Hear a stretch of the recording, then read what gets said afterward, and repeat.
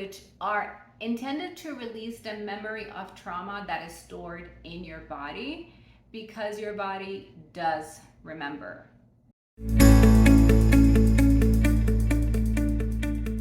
Did you know that your emotional reactivity and even physical illness can often be due to your dysregulated nervous system? Hi, I'm Linda and welcome to my channel. I am a life coach and an intuitive healer. Now, those of us who come from trauma tend to have difficulty regulating our nervous system. We are in a constant heightened state of fight or flight, which can create a lot of physical and emotional symptoms actually. And it also can make us more reactive, which makes it a lot easier to get triggered consistently. I talk a lot more about this in my video about emotions, trauma, and the impact of physical illness. At least I think that's what the full name of it is. I'll put the link here in the description. But in this video, I want to talk about a handful of steps we can take to regulate our nervous system. You can actually also use these techniques to help you regulate through any experience of intense or momentary triggers, and you can find more tools specifically for that in my other videos. However, in this video in particular, what my intent is to focus on a more permanent, if you will, approach to regulating our nervous system, especially for those of us that have childhood and or long-term trauma. And even if you think you have zero trauma before, we all have collectively gone through a pretty traumatic experience over the last couple of years, so I think this can be helpful to everybody. Subscribe and give me a thumbs up if you agree. Shameless plug, I know. But what I've learned from teachers and from my own experience has led me to believe that there are two main components of regulation: safety and connection. So you will notice that these suggestions focus exclusively on that. Now, personally, I've been going through pretty tough experiences over the last year or so in particular, so I am using some of these techniques myself to try and recoup or find again a sense of safety.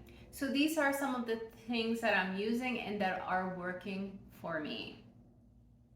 The first one is TRE, or trauma release exercises, which are intended to release the memory of trauma that is stored in your body because your body does remember.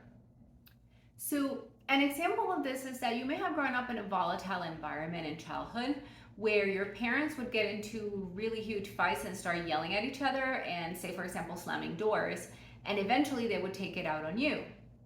So as an adult, every time you hear a door slam, you jump and have an actual physical reaction and immediately get scared or anxious or irritated, right?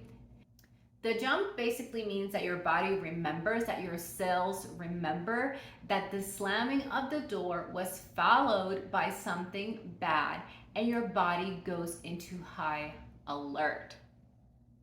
So what these exercises are intended to do is to help you release all that energy that is stored in your body. You may have heard me talk about these in other videos. I use them a lot and I think they are a godsend. Another tool that I use often that is more commonplace is meditation. However, I use it with a bit of a twist, which is imagining something that feels safe. Now, if you can actually create a tangible sense of physical safety for yourself, that is even better. That could be anything: a safe place like your bedroom, a warm or weighted blanket wrapped around you, whatever works, right? Just creating that physical sense of safety. But if that's not possible, or in addition to that, you can imagine something that feels safe or protective to you, and do that within the context of a meditation, and that could be really, really helpful to try and bring down your nervous system. Another tool I'm using very often, really exactly every night, is sounds and music. I am a huge music fan, so for me, soothing and healing sounds can actually help me regulate quite a lot.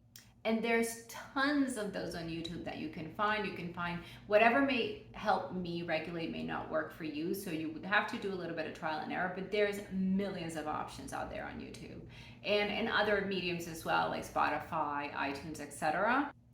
I also want to mention here that Stephen Porges, which is I think that's how you say his last name, but anyways, is the creator of the polyvagal theory, now has something called the Safe and Sound Protocol.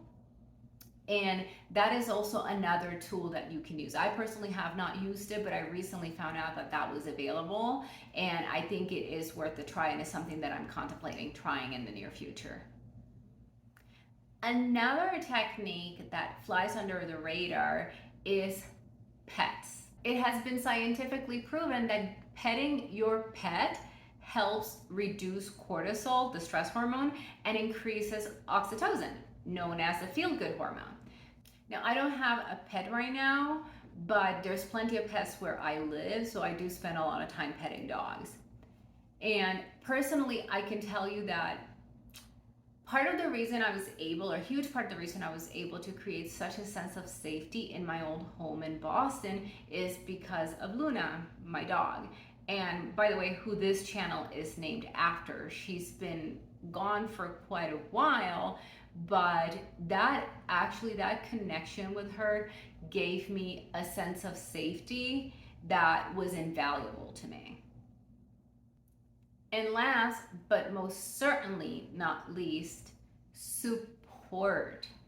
Someone you can trust that can be there for you and provide physical and emotional comfort when you need it.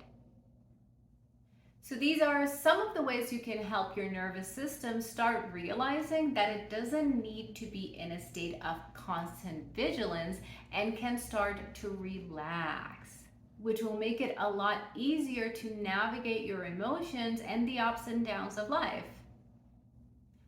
But, well, no but, and please remember that in order for all of this to happen and to work, we need to ensure that we practice these daily so we can actually rewire our system. Now, let me know if you've tried any of these and your experiences with them, but also feel free to put in your own suggestions in the comments because there may be something there that is new to me and that could be helpful to other viewers, but also to my own process. And also remember to like, share, and subscribe. This is Linda Feliciano. Thank you for watching. Namaste.